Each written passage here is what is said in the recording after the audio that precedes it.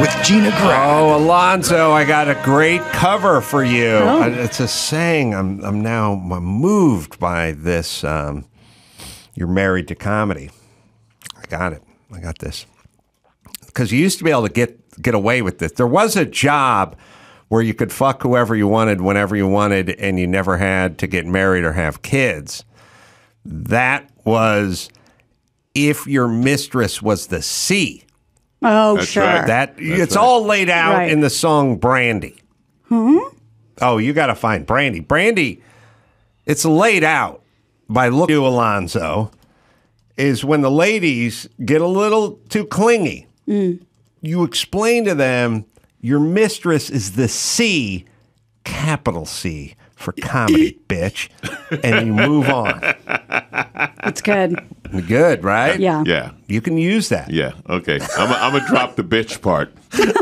Oh, yeah. I'll Put drop your that own part. flavor on it. Make it your own. Hoe or whore, whatever you want to do. Yeah, because they like that. Yeah. Yeah, Right? but use your mistress as the C. You can use something a little softer, like, now see here. Yeah. Whatever you want. They like that. Yeah, Yeah. but don't let's not overuse C. Oh, thank you. That's- That is the problem. that's the punchline. That was the problem with that sentence. Yo, bitch, you know my agent. How about that? That'll Good. go Just over well. mistress is the C. Yeah, that's all. good. Well, there's a big birthday celebrated over the weekend. President Joe Biden turned 80, making him the first octogenarian to serve as president, and is once again faced with questions about whether or not he'll run again. Earlier this month, Biden told reporters, "I'm a great respecter of fate, and this is ultimately a family decision. I think everybody wants me to run, but we're going to have discussions about that."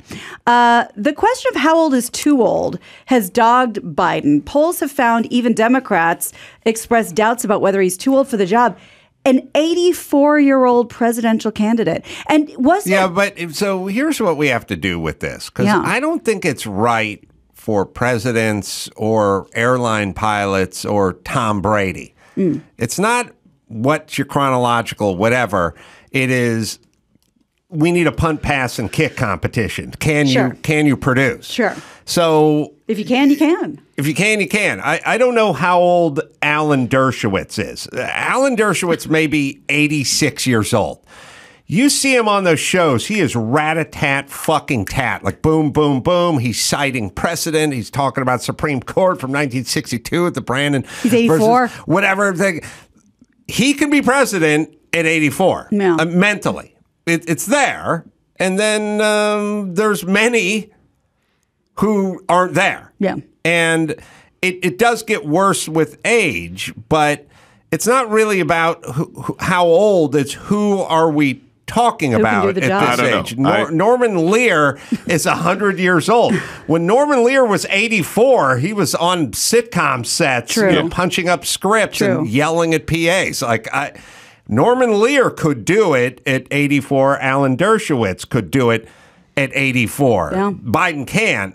But I don't know that we need a number. Need a cutoff. We need a test. Right. I think, well, okay, I'll go with a test, but I think there should be a number, especially with the president, because who do you relate to? You know, if you're 80 years old today, right, we have half our population grew up with cell phones, grew up with the internet. You don't relate to that because it's not your Era. world. It's Yeah. not your era. So, and the other thing is you look at, like what you said, there are certain jobs where, yeah, you got to pack it in. Like, listen, we love you. But, you know, if you're an airline pilot, there are no 80-year-old airline pilots. It's like, yeah, you're a great flyer, but you know what? Your sight has deteriorated. Your fit. Now, you're right. There are some exceptions to the rule, a Dershowitz, a Brady, a this or that.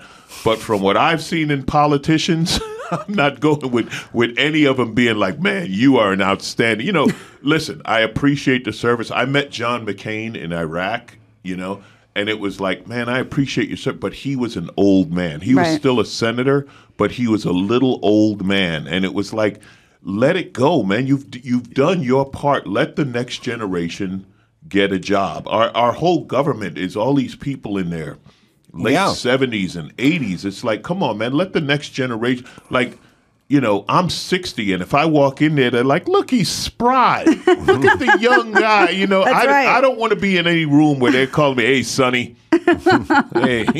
They might go with boy, unfortunately. But Well, yeah, because they, they're old school. Right. They're from a time where they could get away with that. We don't need that. I think there should be, and I think that's what's going to happen with Biden. I don't think Biden runs again. I don't know who's going to replace him. Well, Because then you're looking at him being 86 when he would leave. And that's the thing, like, especially, I think for both parties, young conservatives, young progressives, but I think especially young progressives, don't want an 85-year-old man in office. That's kind of flies in the face of being a young progressive. You want the new blood. I'm with you. When I see, we have, I don't know, is it Dianne Feinstein out here or... Yeah, and nobody even knows how old is Dianne Feinstein. Oh, boy. She doesn't know. Nobody knows. And reports are she's not coherent.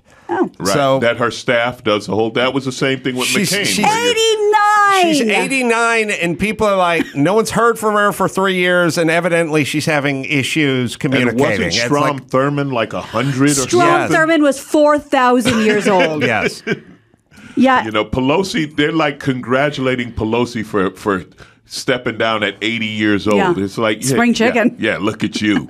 No, I completely agree, but I will still say if you can pass the punt, pass, and kick competition, then fine. I'll say the same with the airline pilot. If your vision is good, if your reflexes are fast, if you can snatch the pebbles from my hand, grasshopper, you can fly. But we're going to test you every year. I've said the same thing, and I've gotten a lot of shit for this about a driver's test for when you're 75. People I love in my life would have to take it. Understood. I'd have to take it, God willing. I live that long. Understood. Don't you think there should be another driver's test at a certain age? There is. Are you sure? Yeah. In California... I say nobody in my family's taking it. Is it in California? Can look it up. But in California... I think once you get to a certain age, you have to renew every couple of years with or a driving something. test.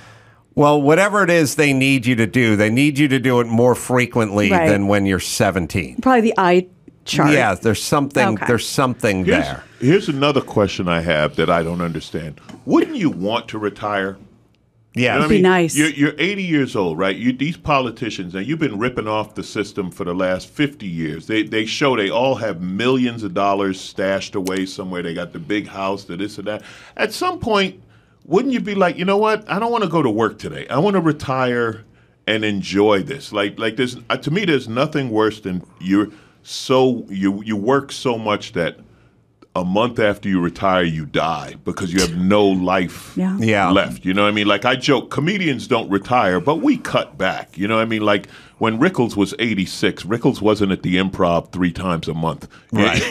You pick your back. Enjoy yourself. You won. At some point, I hope to be able to say, hey, man, I won. Like, I'm cool. I'm going to go out and do some benefits. I'm going to go down to Florida and work the retirement circuit here and there, and then I'm going to play with my dog, man. Just kick back, just. I don't know. I'm with you, but I guess when you're the president, you have a life, versus working at the postal sorting center in Arlington, California, You get used to a certain lifestyle. Sure. And I could see that one being hard to give up. Yeah. But you know what? When you're the president, once you've made it, you don't give it up. Yeah, you get that shit for the rest of your life. No, for the rest of your life, you get private planes. The Right. Obamas are richer and bigger celebrities, and the Obamas did it right. They got out young, and now it's $65 million advances and toast of the town. Or you're like Jimmy Carter, where I'm not going to die, so I'm just going to enjoy this forever. Like he's another one.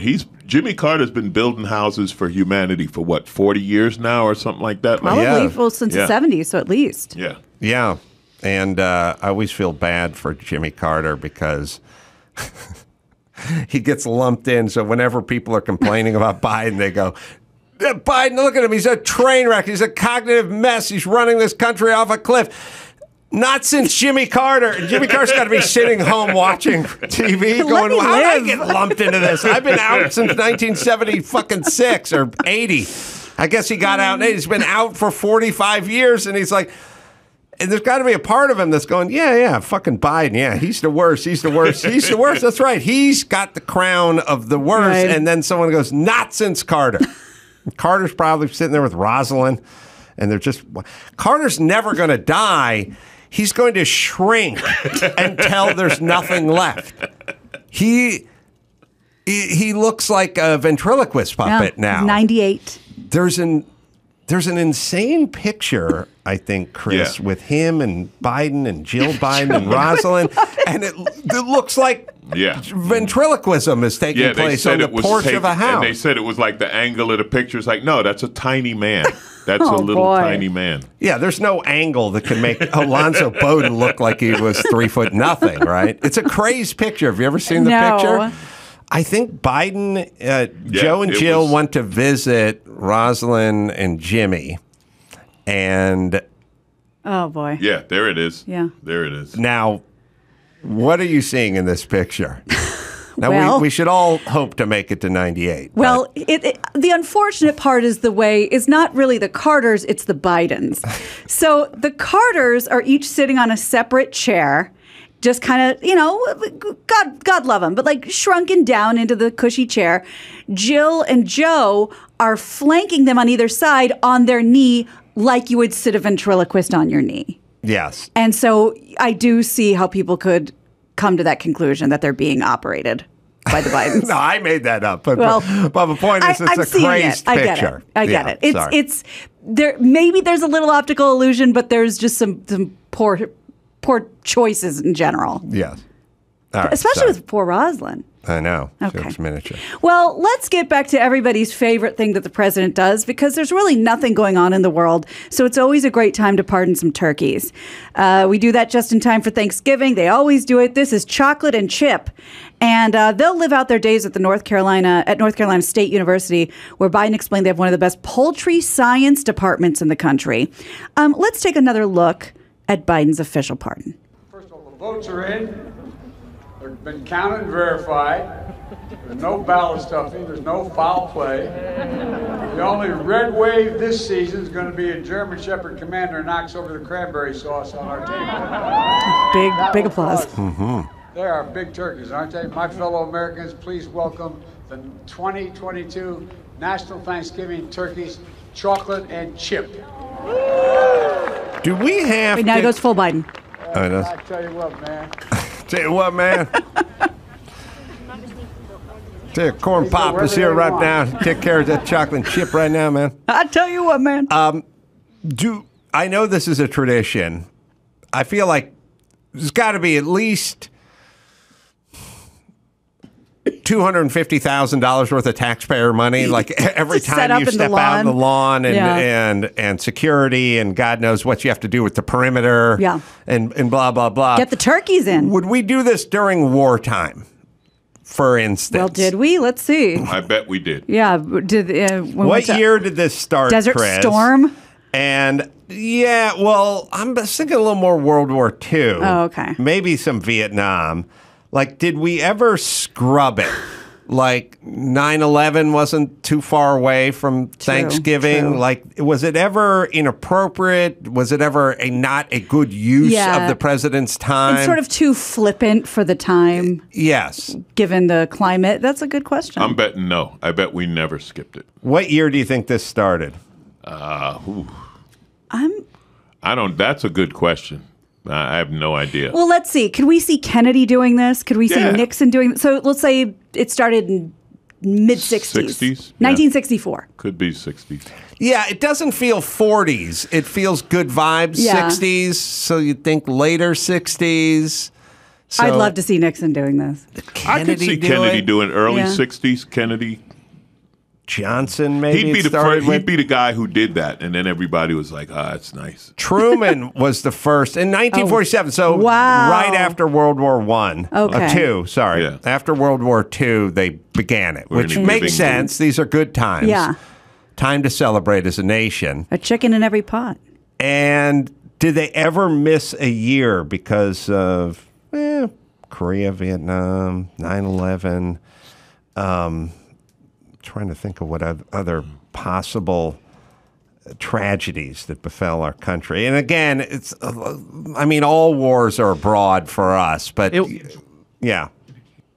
it didn't even though Trim was the first guy to do it. It wasn't a tradition every year since then. Oh, so like Reagan did it in three of his years. Clinton did it 7 times. He didn't do it in '95 for some reason. So no Bushes pardoned turkeys? Mm-hmm. George W. Bush definitely pardoned some turkeys. Yeah, he did it every year. Yeah, and then after George W. Bush. Everyone's been doing it every year. I remember when Obama pardoned macaroni and cheese. Yeah. So yeah. Oh no, I was going to say. So under random facts, I just read that there's wild turkeys in New England are like everywhere and like terrorizing people. Yeah, right? they've taken like turkeys are mean. Yeah. Like my brother, they are up on Martha's Vineyard, and there were turkeys in the yard. And then he brought his dog, and his dog it was like a lab. It had never seen turkeys. And it took off. He said, "Yeah, we haven't had a turkey problem since the dog showed up. Like the turkeys got to say, yes, avoid that house." But yeah, they're aggressive birds. They're aggressive birds. All birds. We just talked about this. Birds that weigh 6 ounces are aggressive. Birds that weigh 40 pounds are just that. They're just aggressive, but they're bigger. There was a turkey, Chris. I don't know if we ever looked up this story. You can look it up. On Ventura Boulevard in Studio City, there was a little store that was by the river, by the L.A. River, where it goes down, the Wash, as it goes down there, from my childhood, that sold like pottery back there. And they had a guard turkey. What? Had a guard turkey. And if you walked up on that place, that turkey would shoo you away. I remember walking up on it a few times when I was a kid and just kind of wanting to check it out. But the turkey was mean. The turkey would go after anybody that walked onto the property. And it was ostensibly a guard turkey. Wow. George W. Bush made it a tradition. I would have assumed it was a tradition before that. I could see him being into it. So sorry. The Truman fact, he was presented a turkey, but he was incorrectly credited for pardoning it officially. The first one on record to pardon it was Reagan. All right. You think George W. Bush had to stop Cheney from killing the turkey? That was He heard the pump of the shotgun behind him.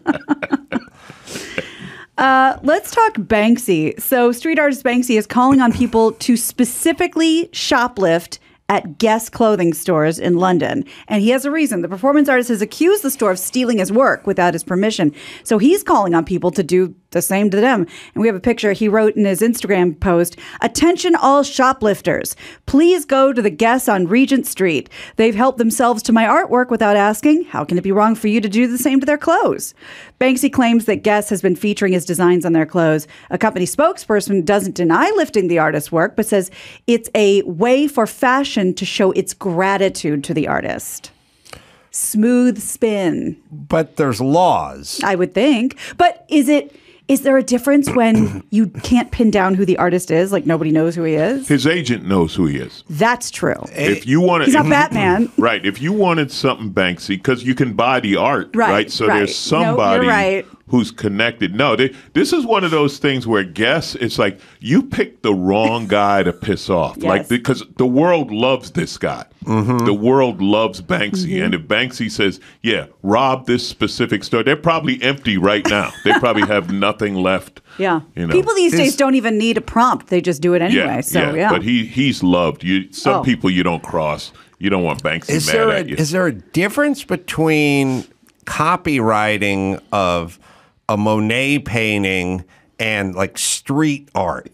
Like if you've already made the concession, this is for the people. That's probably the loophole. This is art for the people. On a public wall. I'll put it up on barriers on construction sites or something. Then does Guess get to go, oh, that's public domain? Yeah, why do I have to license I've made a painting and sold it for $1 million. It's a good question. I don't know. Yeah, obviously, he doesn't have a legal angle here. Banksy, I don't think. Or he would have sued them. Right. But if that's the case, if it's like you said, okay, I painted it on the wall, it's public domain, then if you put it on a T-shirt, like he says, okay, now the T-shirt's public domain. Like if it's public for you to take it, then Why it's are you public charging for your store to some shopper to walk in your store and take it. Like you can't claim it as that's like claiming what did LeBron try to license Taco Tuesday? Yes, Taco and they were like no. Like, nobody's licensed it, but nobody can license, Right. you know. Right. So I think if Banksy paints something on the wall, you could take a picture of it, Yeah. and you might put it on your own T-shirt. What but about- You can't selling mass produce but it. selling What it about is the Che crime. Guevara? Like, who pops up on all the Yeah. college Indeed. kids' T-shirts? Is the Guevara family licensing Well, that? I think once it's been done, I mean, I don't know the laws, but there's a certain amount of time you can own something, and then it becomes public domain. Oh, interesting. Oh, or- yeah. Well, that's what they... Or like the songs what, the are that smile, way. right? Yeah, The- music the- is life plus 100. Yeah, but Well, that's why Happy Birthday can now finally be played. right. Or that's the smile, have a nice day. Oh, yeah, the circle. Like nobody. I don't think anyone owns that. I think Oh. that's Yeah, I never thought about it. somebody drew it in the '60s or whatever, and Well, then Forrest it's Gump does if everybody. you saw the movie. That's Right. true. That's true. All right, so Did some of the Banksy shit is happens. suggesting, and then what if people show up and like somebody gets hurt or breaks some glass and gets cut? Is that on Banksy? Anyway, I think we'll probably find out sooner than later. So this mean- crypto, 10 minutes ago, Banksy had that painting go at auction. That was my then favorite. shredded itself. It was the best. Somebody had on his behalf a remote, and the portrait itself, nobody knew, was a paper shredder. And the second that gavel went down, the thing starts shredding. People start losing their fucking minds. And then it was worth more. Yes. That, And that was crazy. Yes. Now it's worth more. And I think the funny thing was, I mean, they're lucky, whoever bought it, that it stopped halfway, because I think the story was Banksy was like, I wanted the whole thing shredded. So now they still have this artifact. You know, because we're all paying for the story. So Right. it's like Aaron Judge's 62nd or 63rd home run ball to set the record for the Yankees. The guy turned down $3 million for it. But if his home run ball struck and killed a nun, it would be worth another $5 million because Morbid. it's more story. Yeah. There's more story to tell. Would you True. give that ball back? No, I don't think I would. That's Exhibit A. What I've suggested on this show, and Alonzo, you tell me whether you go along with this or not. The ball leaves the ballpark. I like the tradition of the fans get it. Now, the fans, some ballparks throw it back. Other ballparks, they'll trade it in for some swag.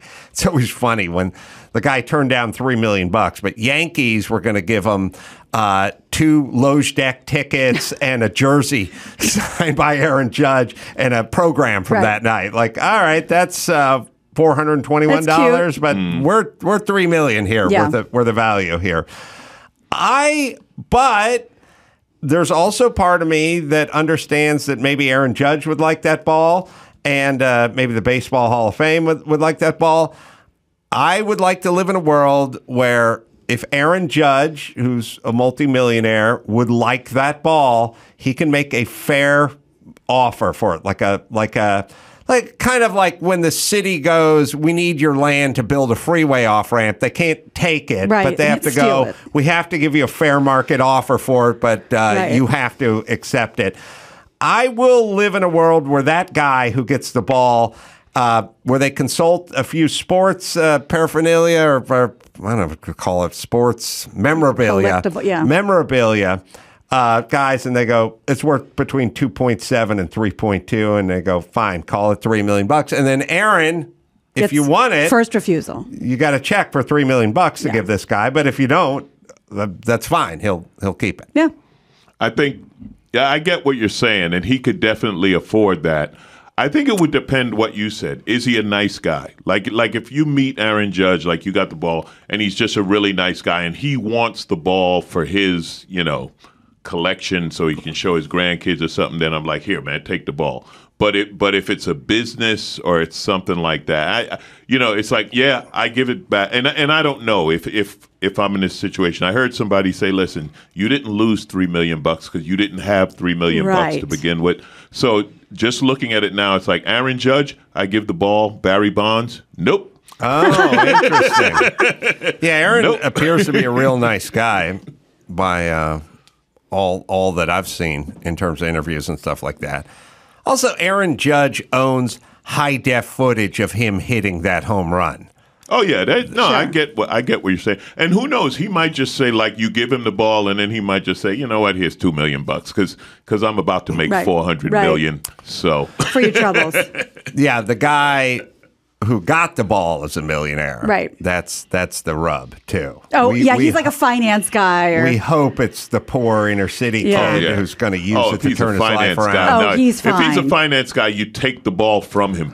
You're like, you know what? New rule: you can't have the ball. He's got. If he's a Wall Street guy, no one likes you. Well, here's how you know. I haven't checked the guy's tax returns, but here's how I know he has money. He turned down $3 million. Yeah. So he went to the game. He had it drank to a few lose. beers. He ate a dog. Walked away with a ball. And somebody said, "I'll give you $3 million." And when you are a carpenter or roofer or plumber, and someone offers you $3 million for a baseball that you just plucked up 2.5 months ago, It's a miracle. You take that money. Yeah, that's The true. fact that he said You no. look at your son and you're like, well, you're just gonna have to cry for a little while. That's right. Right. It's so funny you said that. Just reminded me, we watched this docuseries on Netflix called Pepsi Where's My Jet? Do you remember, this was in the mid-90s, where they were doing like points on Pepsi bottles, and if you got a certain amount of points, you could get a leather jacket or get whatever. And at the end of the commercial, it says, for 7 million points, you get this Harrier jet. And one guy took You it get a seriously. ride in a Harrier no, jet. it said if you could pull up the commercial, it said for 7 million points, you get a Harrier jet. But that's a military jet. There was no fine print. There was nothing. They said it's obviously a joke, and the kid was like, "The hell it is." So he got investors. He devised this plan to get 7 million points. Oh, see if this seems familiar. All right. From 1995. I remember Marlboro Miles.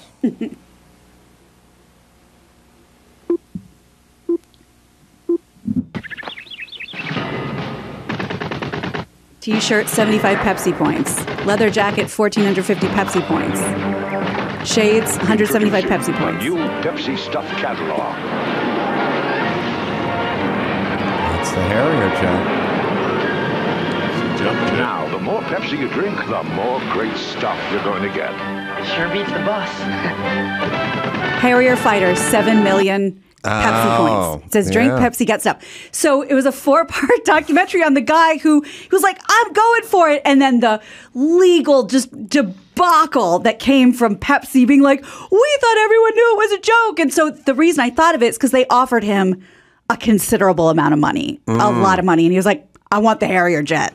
And it just went on and on and on. Well, the Harrier jet's worth millions They and millions can't of dollars. give him a Harrier jet. Yeah, exactly. So his name's John Leonard. He Yeah. realized that if he obtained 15 points and then paid for the rest of the points with a check, then the jet would be cheaper than what it would cost to buy. Yeah, he found in the fine print, like you could 10 cents would buy you 1 point. And so you could just write a check for, I think it was $700,000 whatever. They sent it back, and then it started this shit storm. And it rewrote laws. Statute. Yeah. It It was really interesting. on a sadder, more pedestrian note, I would feel the same way watching The Price is Right. When I was a kid, I would sit home and watch Price is Right, 13-inch black and white Zenith. We'd have a pot to piss in. And You it was did, always just didn't have a handle. You know, you go, you want to be what's behind curtain number 1, curtain number 2, curtain number 3, and they'd always go, one of them's got the vacation of Puerto Vallarta and it's all expenses paid and whatever, and they go, and then they go, curtain number 2, and Jay would be riding a donkey. Yeah. Or sometimes Jay would be in a steamroller, Right, and they go, right. bum, bum, and it was curtain number 1 that had the Puerto Vallarta vacation. But I was so poor and so desperate, I was like, but the steamroller, like that donkey, that donkey's got to be worth $600. Like, what do you sell a donkey? Well, that is your donkey. Yeah. Yeah. I mean, you do They get the should've- donkey, right? Pepsi should have Really? said something Well, like, I'm Harrier jetting I you get here. it, I I'm get going. it. I picked what was behind door number 2, and I door want number a 2 donkey, had a donkey. and I'm riding out of here on my and I donkey. get to fuck Jay. Yes. Because I get the That's right. donkey What if- and And the guy whoever's that riding it. They say, all right, you can have the Harrier jet. You got 24 hours to fly it out of here. Oh, Yeah, that would be You good know, too. and then, you didn't fly it Yeah. out. Well, guess it's our jet. Because his whole plan was, I'm going to take it to conventions and state fairs, and this is going to be my moneymaker. He Yeah. had a whole plan. It was actually a really interesting little doc. Yeah, as remember when Schwarzenegger tried to fly the Harrier jet in let's see, what was his? True Lies? True Lies. True Lies. Yeah, True Lies. That's what it would look like. Yeah. All right. Well, I'm only bringing this up because you guys I think you may have met him, know him personally. I just want to give a little update because I hadn't thought about him in a while. It's been a long time since we've heard from Sinbad. He had a devastating stroke 2 years ago. And this made me think this is one of those things that happened during COVID, so we kind of all missed it. Yeah. He's provided an update on his recovery, and we're looking at a picture is really tough. 66-year-old went on Instagram and shared this link to a website where he's chronicling his recovery. He suffered an ischemic stroke in October 2020 that was a result of a blood clot that traveled from his heart to his brain, nearly died, was hospitalized for 9 months. Since then, he's been going through intense therapy. They say he's already beaten the odds, made significant progress. He's learning to walk again right now. He says he's not going to stop fighting until he can walk across the stage again. It really hit him hard. Wow. Yeah. I did not hear about this. He had two. Yeah, I've met him and I know people, but what happened was he had the stroke. The blood clot went from his heart to his brain. They did the surgery, and the next day it happened again. Another blood clot went to his brain, and it was when they did the second surgery that they said, well, the doctors said they didn't think he was going to make it. And he was like in the induced coma for weeks. And this is, so it's been 2 years. And everybody was happy to see this, just to see him standing up, because he was in bed. I mean, he couldn't talk for a long time. And, it's been really tough. And, I read the story and saw the post. It's heartbreaking. This is the ultimate in bad things happening to good people. Sinbad was just a sweetheart, hilarious, nice guy, and I've only heard good things about him. I mean, just floored. And he wasn't unhealthy or anything. You know what I mean? It was just one of those random things that happens to people. Yeah, it's tragic. You gotta zoom in on his 2 tattoos so we can figure out who they are. I know one of them is Mark Maron. I can't figure out who the one on his left arm is. He has 2 tattoos, and I'm trying to think of if we can read who those 2. No cheating, Gina. Oh, I thought you wanted me to find. Oh, okay. No, we got to go in. So okay. Khrushchev or Stalin? No, I think it's Malcolm X. That's what I was going to say. Malcolm X? That's exactly what I was going to say. Facial hair looks weird. Stalin. I don't know. I'm sure it's not. Well, Tyson has Mao on his. What's Tyson have? Yeah, he's got Mao. Mao's done a lot of killing. Okay. Yeah, but you don't ask Mike Tyson about his tattoos. If Mike Tyson got a tattoo, it's okay. It's okay. I'm going with Malcolm X. The other arm is one of the Pointer sisters? Probably, yeah. Let me see. We got Malcolm X on one forearm, and then we got to dig into the other. Oh, Martin Luther King. That fits. All right. Pointer sisters and Stalin. That fits that he would have. It was a million miles away. Adam, I got to get you to walk through a black neighborhood. I got to get you to walk. I do the right now, perimeter. you got to walk through the middle. I love you, Adam, but that was a long distance. All right, let's bring it home. You got it. I'm Gina Grad, and that's the news. Gina Grad. That was the news with Gina Grad. I'm going to be at the Rialto Theater in Tucson doing stand-up December 15th, and then 16th and 17th I'll be at the Tempe Improv. We'll all be there. We'll all be there. Alonzo Bodden is going to be at the Arlington Drafthouse. That'll be Friday and Saturday. That's this Friday and Saturday, coming up in Arlington, Virginia. And then Texas is going to be at the Majestic Theater December 2nd. Burbank, NiteCap Comedy Club. Where is that in Burbank? It's on Burbank. No, it's on Magnolia. Oh, is that new? Oh. No, so it was an outdoor venue during the pandemic, and now they have a little theater. Oh, so I'll be at amazing. NiteCap December 9th. December 9th, and you can go to AlonzoBodden.com. Very funny stand-up. Go to AlonzoBodden.com for all the live dates and the podcast. Who's paying attention as well. So, till next time, Adam Carolla for Vinny Tortorich and Alonzo Bodden. Oh, Che Guevara and on this rib cage Tyson has. Sorry. Okay, there we go. There we go. Saying mahalo.